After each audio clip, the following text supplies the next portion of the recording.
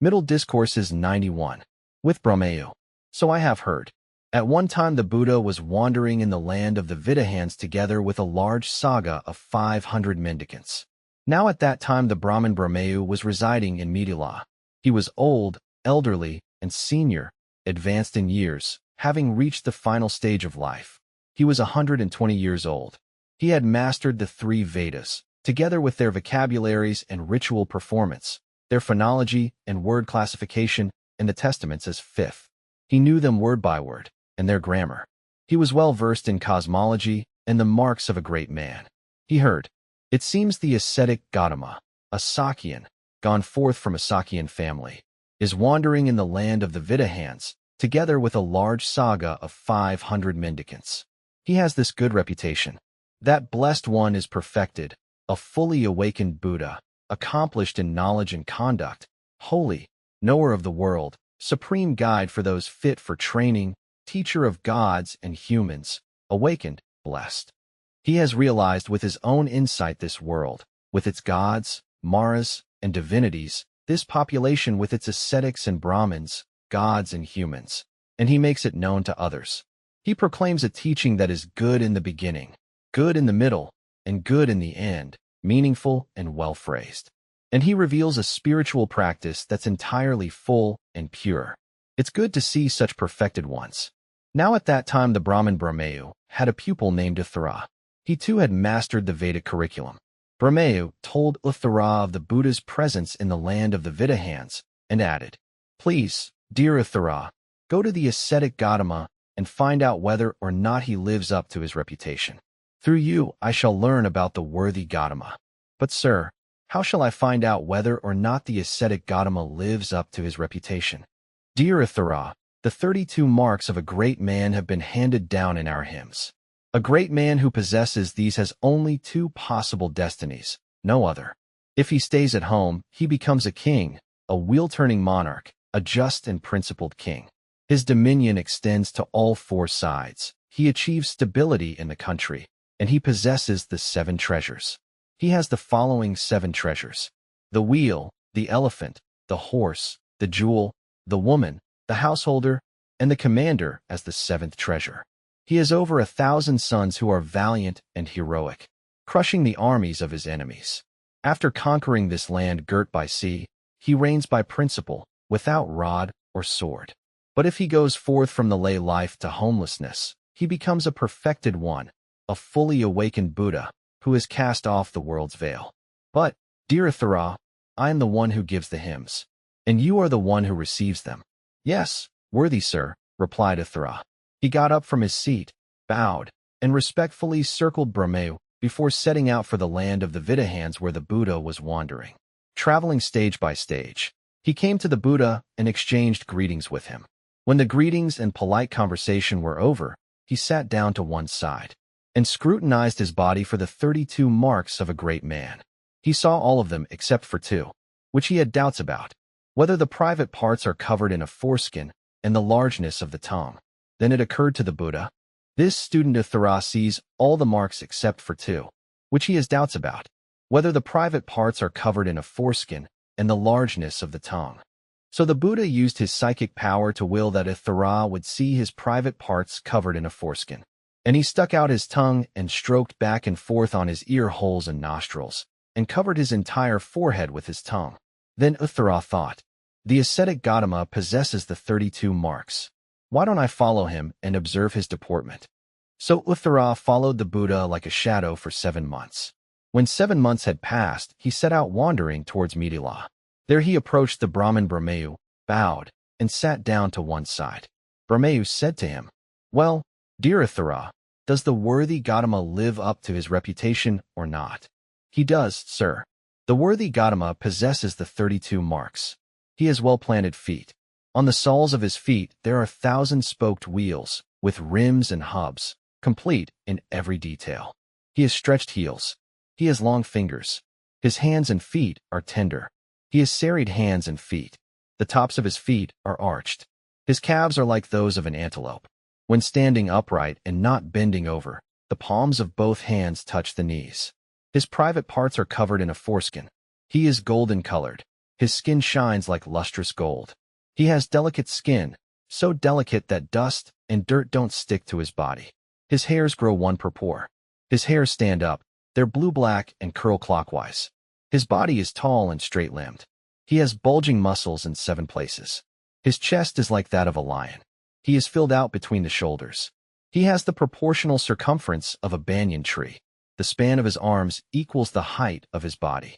His torso is cylindrical. He has ridged taste buds. His jaw is like that of a lion. He has 40 teeth. His teeth are even. His teeth have no gaps. His teeth are perfectly white. He has a large tongue. He has the voice of the divinity, like a cuckoo's call. His eyes are indigo. He has eyelashes like a cow's. Between his eyebrows there grows a tuft, soft and white like cotton wool. The crown of his head is like a turban. These are the 32 marks of a great man possessed by the worthy Gotama. When he's walking, he takes the first step with the right foot. He doesn't lift his foot too far or place it too near. He doesn't walk too slow or too fast. He walks without knocking his knees or ankles together. When he's walking, he keeps his thighs neither too straight nor too bent, neither too tight nor too loose. When he walks, only the lower half of his body moves, and he walks effortlessly. When he turns to look, he does so with the whole body. He doesn't look directly up or down. He doesn't look all around while walking, but focuses a plow's length in front. Beyond that, he has unhindered knowledge and vision. When entering an inhabited area, he keeps his body neither too straight nor too bent, neither too tight nor too loose. He turns around, neither too far nor too close to the seat. He doesn't lean on his hand when sitting down, and he doesn't just plunk his body down on the seat. When sitting in inhabited areas, he doesn't fidget with his hands or feet. He doesn't sit with his knees or ankles crossed. He doesn't sit with his hand holding his chin. When sitting in inhabited areas, he doesn't shake, tremble, quake, or get nervous, and so he is not nervous at all. When sitting in inhabited areas, he still practices seclusion. When receiving water for rinsing the bowl, he holds the bowl neither too straight nor too bent, neither too tight nor too loose. He receives neither too little nor too much water. He rinses the bowl without making a sloshing noise or spinning it around. He doesn't put the bowl on the ground to rinse his hands. His hands and bowl are rinsed at the same time. He doesn't throw the bowl rinsing water away too far or too near or splash it about. When receiving rice, he holds the bowl neither too straight nor too bent, neither too close nor too loose. He receives neither too little nor too much rice. He eats sauce in a moderate proportion and doesn't put too much sauce on his portions. He chews over each portion 2 or 3 times before swallowing. But no grain of rice enters his body unchewed, and none remain in his mouth. Only then does he raise another portion to his lips. He eats experiencing the taste, but without experiencing greed for the taste. He eats food thinking of 8 reasons, not for fun, indulgence, adornment, or decoration, but only to sustain this body, to avoid harm, and to support spiritual practice.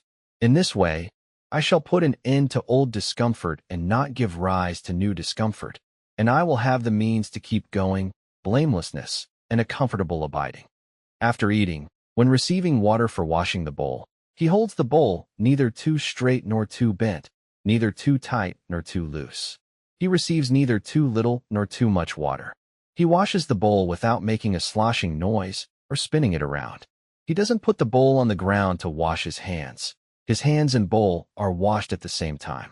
He doesn't throw the bowl washing water away too far or too near or splash it about. After eating, he doesn't put the bowl on the ground too far away or too close. He's not careless with his bowl, nor does he spend too much time on it. After eating, he sits a while in silence, but doesn't wait too long to give the verses of appreciation. After eating, he expresses appreciation without criticizing the meal or expecting another one. Invariably, he educates, encourages, fires up, and inspires that assembly with a Dhamma talk. Then he gets up from his seat and leaves. He walks neither too fast nor too slow, without wanting to get out of there. He wears his robe on his body, neither too high nor too low, neither too clinging nor too loose. The wind doesn't blow his robe off his body, and dust and dirt don't stick to his body. When he has gone to the monastery, he sits on a seat spread out and washes his feet. But he doesn't waste time with pedicures. When he has washed his feet, he sits down cross-legged, sets his body straight, and establishes mindfulness in his presence. He has no intention to hurt himself, hurt others, or hurt both. He only wishes for the welfare of himself, of others, of both, and of the whole world. In the monastery, when he teaches Dhamma to an assembly, he neither flatters them nor rebukes them. Invariably, he educates, encourages, fires up, and inspires that assembly with a Dhamma talk. The sound of his voice has 8 qualities. It is clear, comprehensible, charming, audible, lucid, undistorted, deep, and resonant. He makes sure his voice is intelligible as far as the assembly goes, but the sound doesn't extend outside the assembly. And when they've been inspired with a Dhamma talk by the worthy Gotama, they get up from their seats and leave looking back at him alone and not forgetting their lesson. I have seen the worthy Gotama walking and standing, entering inhabited areas and sitting and eating there, sitting silently after eating and expressing appreciation, going to the monastery, sitting silently there, and teaching Dhamma to an assembly there.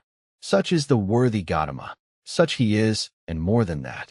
When he had spoken, the Brahmāyu got up from his seat, arranged his robe over one shoulder, raised his joined palms toward the Buddha, and uttered this aphorism 3 times.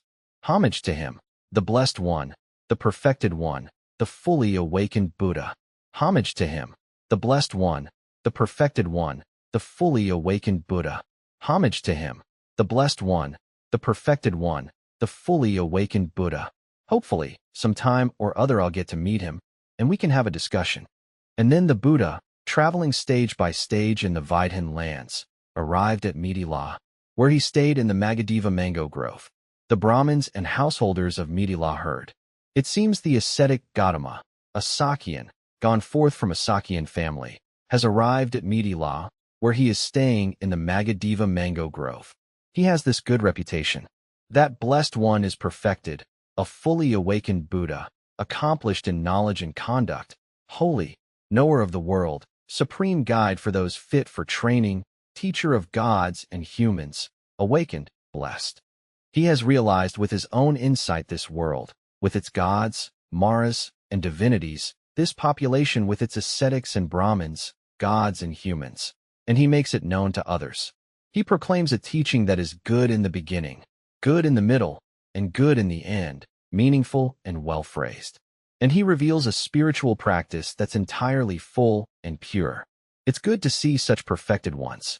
Then the Brahmins and householders of Midila went up to the Buddha. Before sitting down to one side, some bowed, some exchanged greetings and polite conversation, some held up their joined palms toward the Buddha, some announced their name and clan, while some kept silent. The Brahmin Brahmāyu also heard that the Buddha had arrived. So he went to the Majjhima mango grove together with several disciples. Not far from the grove, he thought, it wouldn't be appropriate for me to go to see the ascetic Gotama without letting him know beforehand. So he addressed one of his young students. Here, young student, go to the ascetic Gotama and in my name bow with your head to his feet. Ask him if he is healthy and well, nimble, strong, and living comfortably. And then say, worthy Gotama, the Brahmin Brahmāyu is old, elderly, and senior, advanced in years, having reached the final stage of life. He is 120 years old. He has mastered the 3 Vedas, together with their vocabularies and ritual performance, their phonology and word classification, and the testaments as 5th. He knows them word by word, and their grammar. He is well versed in cosmology and the marks of a great man. Of all the Brahmins and householders residing in Midila, Brahmāyu is said to be the foremost in wealth, hymns, lifespan, and fame. He wants to see the worthy Gotama. Yes, worthy sir, that young student replied. He did as he was asked, and the Buddha said, please, student, let Brahmāyu come when he's ready. The young student went back to Brahmāyu and said to him, your request for an audience with the ascetic Gotama has been granted. Please go at your convenience. Then the Brahmin Brahmāyu went up to the Buddha. The assembly saw him coming off in the distance, and made way for him, as he was well known and famous. Brahmāyu said to that retinue, enough, gentlemen, please sit on your own seats. I shall sit here by the ascetic Gotama.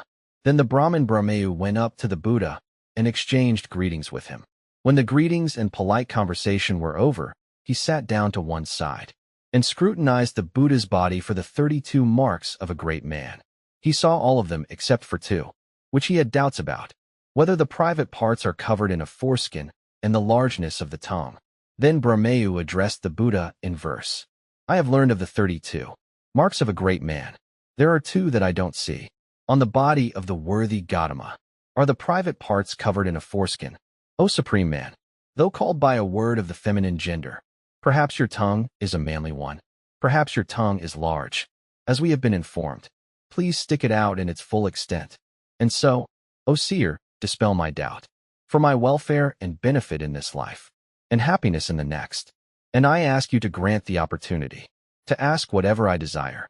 Then it occurred to the Buddha, Brahmāyu sees all the marks except for two, which he has doubts about, whether the private parts are covered in a foreskin and the largeness of the tongue. So the Buddha used his psychic power to will that divinity would see his private parts covered in a foreskin. And he stuck out his tongue and stroked back and forth on his ear holes and nostrils, and covered his entire forehead with his tongue. Then the Buddha replied to Brahmāyu in verse. The 32 marks of a great man that you have learned are all found on my body. So do not doubt, Brahmin. I have known what should be known, and developed what should be developed, and given up what should be given up. And so, Brahmin, I am a Buddha, for your welfare and benefit in this life, and happiness in the next. I grant you the opportunity to ask whatever you desire. Then Brahmāyu thought, my request has been granted. Should I ask him about what is beneficial in this life or the next? Then he thought, I'm well versed in the benefits that apply to this life, and others ask me about this. Why don't I ask the ascetic Gotama about the benefit that specifically applies to lives to come? So Brahmāyu addressed the Buddha in verse. How do you become a Brahmin? And how do you become a knowledge master? How a master of the three knowledges? And how is one called a scholar? How do you become a perfected one? And how a consummate one? How do you become a sage? And how is one declared to be awakened? Then the Buddha replied to Brahmāyu in verse. One who knows their past lives, sees heaven and places of loss, and has attained the end of rebirth. Such a sage has perfect insight. They know their mind is pure, completely freed from greed. They've given up birth and death, and have completed the spiritual journey, gone beyond all things. Such a one is declared to be awakened. When he said this, Brahmāyu got up from his seat and arranged his robe on one shoulder. He bowed with his head at the Buddha's feet, caressing them and covering them with kisses, and pronounced his name. I am the Brahmin Brahmāyu, worthy Gotama. I am the Brahmin Brahmāyu. Then that assembly, their minds full of wonder and amazement, thought, O Lord, how incredible, how amazing! That divinity, who is so well known and famous, should show the Buddha such utmost deference. Then the Buddha said to Brahmāyu, Enough, Brahmin. Get up and sit in your own seat, since your mind has such confidence in me. So Brahmāyu got up and sat in his own seat. Then the Buddha taught him step by step, with a talk on giving, ethical conduct, and heaven.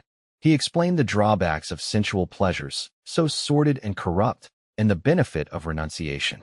And when the Buddha knew that divinity's mind was ready, pliable, rid of hindrances, elated, and confident, he explained the special teaching of the Buddhas, suffering, its origin, its cessation, and the path. Just as a clean cloth rid of stains would properly absorb dye, in that very seat the stainless, immaculate vision of the Dhamma arose in the Brahmin Brahmāyu. Everything that has a beginning has an end. Then Brahmāyu saw, attained, understood, and fathomed the Dhamma. He went beyond doubt, got rid of indecision, and became self-assured and independent of others regarding the teacher's instructions. He said to the Buddha, Excellent, worthy Gotama, excellent, as if he were righting the overturned, or revealing the hidden, or pointing out the path to the lost, or lighting a lamp in the dark, so people with clear eyes can see what's there. Worthy Gotama has made the teaching clear in many ways. I go for refuge to the worthy Gotama, to the teaching, and to the mendicant saga. From this day forth, may the worthy Gotama remember me as a lay follower who has gone for refuge for life. Would you and the mendicant saga please accept a meal from me tomorrow? The Buddha consented with silence. Then, knowing that the Buddha had consented, Brahmāyu got up from his seat, bowed, and respectfully circled the Buddha, keeping him on his right, before leaving. And when the night had passed, Brahmāyu had delicious fresh and cooked foods prepared in his own home. Then he had the Buddha informed of the time, saying, It's time. Worthy Gotama, the meal is ready. Then the Buddha robed up in the morning and, taking his bowl and robe, went to the home of the Brahmin Brahmāyu, where he sat on the seat spread out, together with the saga of mendicants. For 7 days, Brahmāyu served and satisfied the mendicant saga headed by the Buddha with his own hands with delicious fresh and cooked foods. When the 7 days had passed, the Buddha left to wander in the Vidhan lands. Not long after the Buddha left, Brahmāyu passed away. Then several mendicants went up to the Buddha, bowed, sat down to one side, and said to him, "Sir, Brahmāyu has passed away. Where has he been reborn in his next life?" Mendicants. The Brahmin Brahmāyu was astute. He practiced in line with the teaching and did not trouble me about the teachings. With the ending of the 5 lower fetters, he's been reborn spontaneously and will become extinguished there, not liable to return from that world. That is what the Buddha said. Satisfied, the mendicants approved what the Buddha said.